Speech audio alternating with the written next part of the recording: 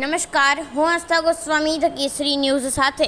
ક્ષત્રિય સમાજના વિરોધની વચ્ચે રાજકોટ બેઠક પર રૂપાલા આગળ 1 લાખની લીડ મેળવી. વારાણસીથી વડાપ્રધાન નરેન્દ્ર મોદી 400 મતથી આગળ થયા. રાજકોટ બેઠકથી પરસોત્તમ રૂપાલા આગળ. ભાજપ ઉમેદવાર હસમુખ પટેલ 50,000 કરતાં વધુ મતથી આગળ. ભાજપ ઉમેદવાર દિનેશ મકવાણા 1 લાખ કરતાં વધુ મતથી આગળ. કેન્દ્રીય ગૃહમંત્રી અમિત શાહ 1 લાખથી વધુ મતોથી આગળ ચાલી રહ્યા છે. કચ્છ લોકસભા બેઠકમાં ભાજપના વિનોદ ચાવડા 2028 મતોથી આગળ.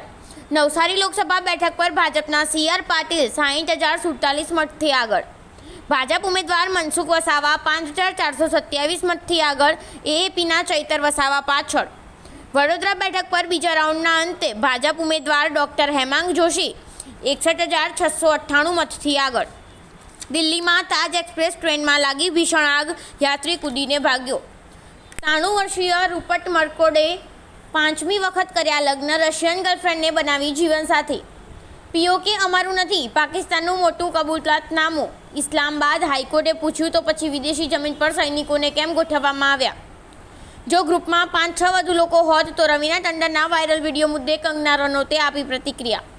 અનંત રાધિકાના પ્રીવેડિંગમાં ઈશા અંબાણીએ શાનદાર સ્પીચ આપી મહેમાનોનો આભાર વ્યક્ત કર્યો. સુશાંત સિંહ રાજપૂતના રાધા અપાર્ટમેન્ટમાં શિફ્ટ થઈ અદા શર્મા. સુશાંતની યાદમાં કેદારનાથ ધામ પહોંચી બહેન શ્વેતા સિંહ ચોથી પૂર્ણતિથિ પહેલાં કર્યા દર્શન.